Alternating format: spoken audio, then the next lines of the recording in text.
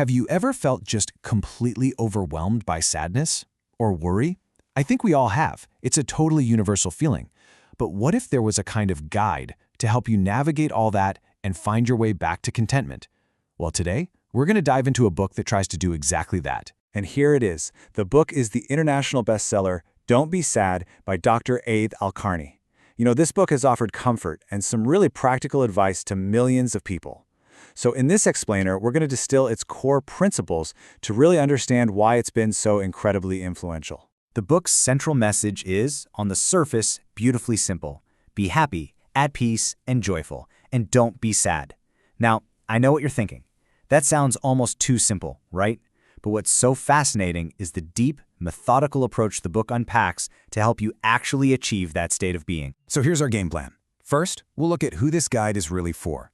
Then, we'll get into the big ideas, how to shift your perspective, how to find strength and acceptance, and finally, some really practical steps you can take. We'll wrap it all up with the one key takeaway you won't want to forget. All right, so who is this book really for? I mean, you might assume that since its wisdom is rooted in Islamic teachings, it's for a pretty specific audience. But actually, the publisher makes it super clear right from the get-go. This message is for anyone, Muslim or not, who's looking for a way out of despair and towards some genuine happiness. And this gets to the absolute foundation of the book's entire philosophy. True happiness is an inside job. It's not about your circumstances, how much money you have, or your status. It's all about the state of your own mind. That power to fight off despair? Well, according to the author, it's already inside of you. Okay, so if happiness is an inside job, where do you even begin? The book points to this one really powerful idea. We have to shift our perspective on time itself. It argues that a lot of our sadness comes from what it calls the tyranny of time. Basically, how we get trapped by our past and feel super anxious about the future.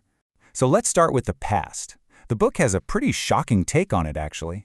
It calls brooding over past tragedies a form of insanity. Wow. Why so harsh? Because, the book argues, the past is literally non-existent. It's gone. It's over. And dwelling on something we can never, ever change just poisons the one thing we actually have, this present moment. The author uses this incredible metaphor for it. Living in the past is like trying to saw sawdust. I mean, just think about that for a second. It's this impossible, exhausting job that produces absolutely nothing.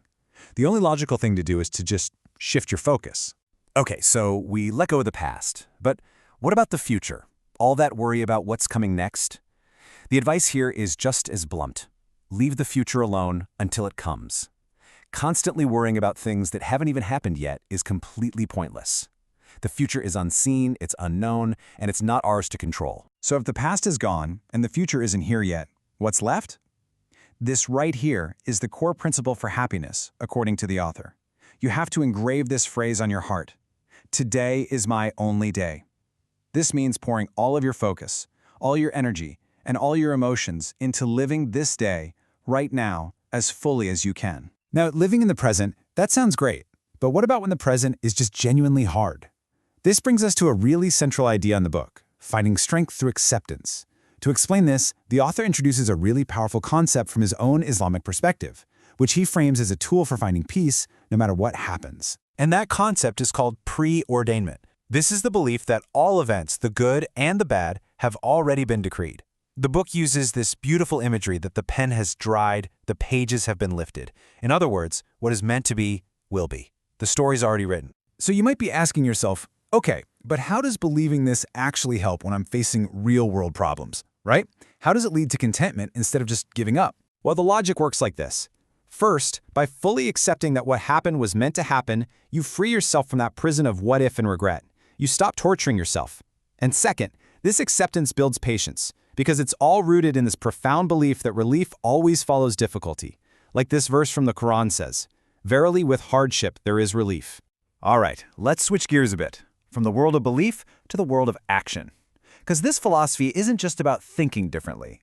It's about doing differently. So what are the practical, day-to-day steps the book recommends for building a happier life? The book lays out a bunch of simple but really powerful actions. Here are 3 big ones. First, help others. The author points out something awesome. The first person to benefit from an act of charity is actually the giver. Second, repel boredom with work. Idleness is called the slow and veiled form of suicide. Wow, because it lets the mind just wander into despair. And third, just smile. A smile is a form of charity that can spread light everywhere. Here's another powerful tool, and this one's all mental. It's about reframing. The book challenges us to literally transform our losses into profits, and it uses this perfect analogy. If someone were to hand you a glass full of squeezed lemons, add to it a handful of sugar. Don't dwell on the bitterness. Find the sweetness. Find the opportunity. Oh, this is a big one. The book gives us a serious warning. Do not be a mimicker. So much of our unhappiness, it argues, comes from trying to be someone else. Copying their style, their voice, their entire life. The real path to happiness is to cultivate your own unique personality, because you were created to be exactly who you are. So, after all that, what's the big takeaway here? Let's bring everything we've talked about together into one simple, memorable path to contentment. When you boil it all down, the wisdom of don't be sad is really a simple, threefold path. First, you make that internal shift to live in the present moment. Second, you back that up by finding strength and acceptance. And third, you bring it all to life through positive, practical actions every single day. And that brings us to the end. This book really isn't just about reading, it's about doing. So I'll leave you with this question, from the very heart of its message. Based on everything we've just explored, what is one simple thing you can do right now, today, to live more in the present moment?